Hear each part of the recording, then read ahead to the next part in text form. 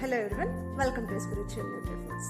ಇವತ್ತಿನ ದಿವಸದ ವಿಡಿಯೋನಲ್ಲಿ ನಾವು ನಮ್ಮ ಲೈಫ್ ಸ್ಟೈಲ್ ಚೇಂಜಸ್ ಏನೇನು ಮಾಡ್ಕೊಂಡ್ರೆ ಇನ್ಸುಲಿನ್ ರೆಸಿಸ್ಟೆನ್ಸ್ ರಿವರ್ಸಿಬಲ್ ಆಗುತ್ತೆ ಅಂತ ತಿಳ್ಕೊಳ್ಳೋಣ. ಇನ್ಸುಲಿನ್ ರೆಸಿಸ್ಟೆನ್ಸ್ ಆಗೋದು ಹೇಗೆ ಅಂತ ನಮ್ಮ ಲಾಸ್ಟ್ ವಿಡಿಯೋನಲ್ಲಿ ನಾವು ತಿಳ್ಕೊಂಡಿದ್ದೀವಿ. ಆ್ಯಕ್ಚುಲಿ ನಮ್ಮ ಸ್ಟೋರ್ಡ್ ಫ್ಯಾಟ್ ಇನ್ಫ್ಲಮೇಷನ್ ಆದಾಗ ಇನ್ಸುಲಿನ್ ರೆಸಿಸ್ಟೆನ್ಸ್ ಆಗುತ್ತೆ. ಸೊ ನಾವು ಸ್ಟೋರ್ಡ್ ಫ್ಯಾಟ್ನ ಹೇಗೆ ಕರಗಿಸ್ಕೋಬೇಕು ಅಂತ ತಿಳ್ಕೊಳ್ಳೋಣ. ಇದಕ್ಕೆ ಡೈರೆಕ್ಟ್ಲಿ ಎರಡು ಫ್ಯಾಕ್ಟರ್ ಇನ್ಫ್ಲುಯೆನ್ಸ್ ಆಗುತ್ತೆ. That is physical activities and nutritional food.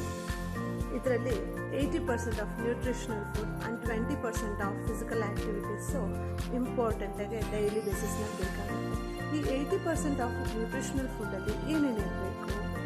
40% of green vegetables ತಗೋಬೇಕು, ಹಾಗೆ 20% ಆಫ್ ಮಿಲ್ಕ್ ಪ್ರಾಡಕ್ಟ್ಸ್ ತಗೋಬೇಕು, ಹಾಗೆ 10% ಆಫ್ ಕಾರ್ಬ್ಸ್ ತಗೋಬೇಕು. ಇನ್ನು ಉಳಿದಿರೋ 10% ಓನ್ಲಿ ಫಾರ್ ಫ್ಯಾಟ್ಸ್. ಸಿಂಪಲ್ ಆಗಿ ಫಿಸಿಕಲ್ ಆಕ್ಟಿವಿಟೀಸ್ಗೆ ಏನೇನು ಆ್ಯಡ್ ಮಾಡ್ಕೋಬೋದು ಗೊತ್ತಾ? Half an hour of brisk walk ಮಾಡಿ, ಹಾಗೆ half an hour loosening exercise ಮಾಡಿ. I hope you enjoyed this video. Thank you for watching a Spiritual Nutrifoods. Please do follow, like and subscribe to my channel. Thank you.